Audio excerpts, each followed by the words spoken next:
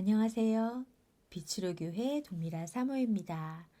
오늘부터는 민수기 함께 산책해 보도록 하겠습니다. 민수기는 인구 조사와 불순종의 시간을 살아낸 광야 38년간의 이야기입니다. 물론 그 불순종에도 불구하고 당신의 언약을 이루시기 위해 당신의 백성을 이끌어 가시는 하나님의 사랑이기도 하답니다. 하나님의 나라 백성으로 살아갈 사람들이 출애굽을 통해 준비되었고 시내산에서 그 백성들이 지켜야 할 법도 받았습니다. 그러니 이제는 정말 약속하신 땅을 차지할 시점이 된 거예요. 드디어 가나안 땅을 향해 출발합니다. 그런데 가나안 땅에는 이미 다른 사람들이 살고 있었기 때문에 전쟁을 통해서 그 땅을 차지해야 했습니다. 그러니 병력 조사 차원에서 인구를 계수해야 했던 거죠. 20세 이상으로 전쟁에 나갈 만한 자를 계수했더니 광야 1세대는 60만 3,550명으로 계수됩니다. 그런데 26장에 38년의 세월이 흐르고 광야 2세대를 다시 한번 계수합니다. 민수기에는 이렇게 총 2번의 인구 조사를 했는데요. 왜 그랬을까요? 인구 조사를 마치고 씩씩하게 시내산을 떠나 바란 광야에 있는 가데스 바네아를 향해 이동이 시작되었습니다. 그런데 이동하기가 무섭게 불평과 불순종의 사건이 벌어집니다. 사실 민수기는 인구조사보다는 광야에서 불순종한 이야기라고 하는 게 더 적합한 제목일지도 모릅니다. 백성뿐 아니라 모세와 아론까지도 무리바에서 하나님의 말씀대로 하지 않고 화를 다스리지 못하고 하나님의 거룩하심을 나타내지 못했기 때문에 가나안 땅에 들어가지 못하는 벌을 받게 되니까요. 가데스 바네아에서 가나안 땅을 정탐하고 돌아온 12명의 정탐꾼들의 보고로 인해서 백성들은 더더욱 원망을 하는데요. 모세와 아론뿐 아니라 여호와까지 원망하며 통곡을 하는 결정적인 불평과 불순종을 합니다. 그래서 이들은 가나안 땅에 들어가지 못하고 광야 38년을 살게 되는 거죠. 불순종한 1세대가 모두 죽는 시간이랍니다. 사명을 감당하지 못했기에 그때까지 20세가 못 되어 군사로 계수되지 못했던 2세대를 양육하며 새로운 생명들을 출산하며 광야에서 죽어갑니다. 아마 피눈물을 흘리며 2세대에게 철저한 순종 교육을 하지 않았을까 생각해 보는데요. 그럼에도 불구하고 그들의 불평은 멈출 줄을 모릅니다. 요한복음 3장 16절 하나님이 세상을 이와 같은 방법으로 사랑하신다 라고 하시면서 그 앞절에 광야에서 뱀을 든 것 같이 하는 내용 있잖아요. 불평하는 백성들을 불뱀에 물리게 하시고 불뱀에 물려 고통스럽게 죽어가는 자들에게 장대에 만들어서 단 노뱀을 보면 살게 하신 그 유명한 사건도 민수기에 기록되어 있습니다. 이렇게 불순종의 시간을 지나 드디어 출애굽한 지 40년 만에 요단 동편 모압 평지에 도착합니다. 여기에서 신명기가 선포되는데요. 가나안에 들어가지 못하는 120세 모세의 마지막 설교라고 할 수 있습니다.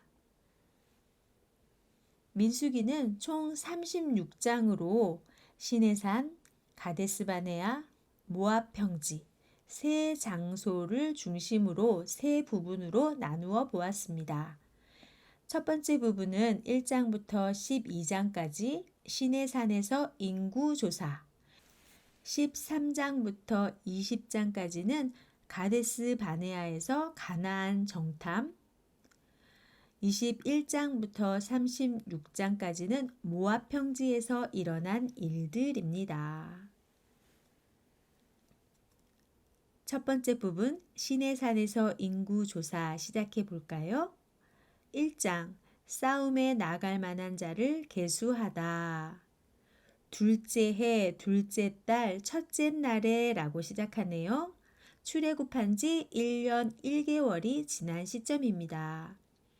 남자의 수를 그들의 종족과 조상의 가문을 따라 그 명수대로 계수하는데요. 20세 이상으로 싸움에 나갈 만한 모든 자입니다.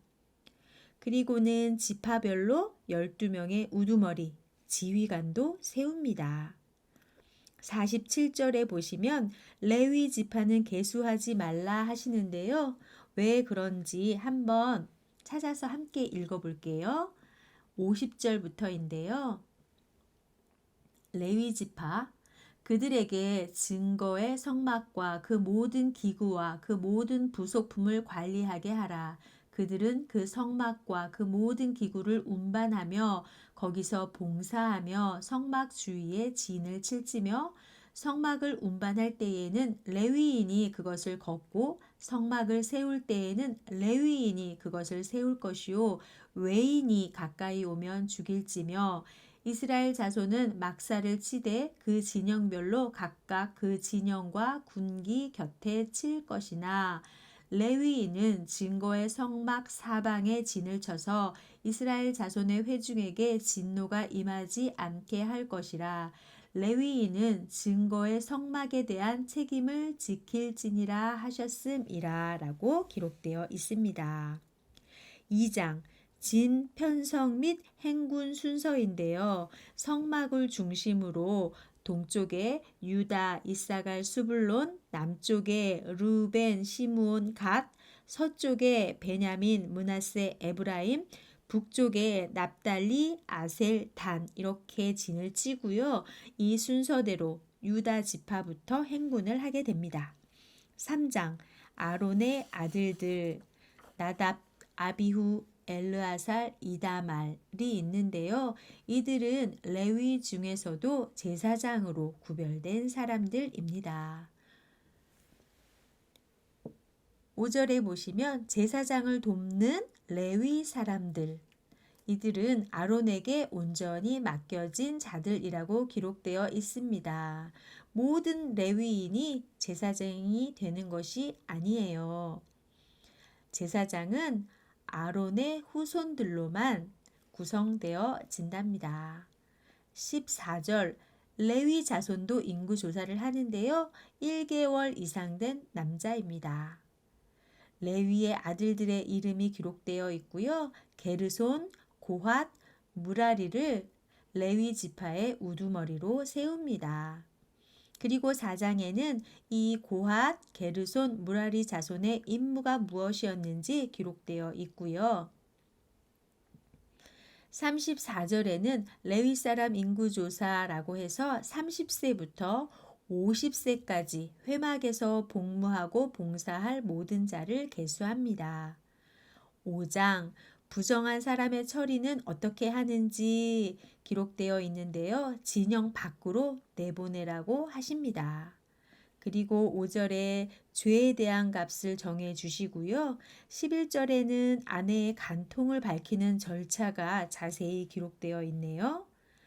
그리고 6장에는 나시린의 법인데요. 나시린은 성별하다라는 뜻이고 스스로 본인이 서원을 하거나 부모가 서원을 하였습니다. 그리고 그 서원 기간은 30일간, 60일간, 100일간 또는 7년 또는 평생으로 정할 수 있었는데요. 평생 나시린으로 살 것을 서원한 대표적인 사람이 삼손, 세례 요한과 같은 사람이 있습니다. 그리고 22절에 제사장의 축복, 제사장들이 이스라엘 백성을 어떻게 축복해야 하는지 여호와께서 말씀하시는데요. 함께 읽어보도록 하겠습니다.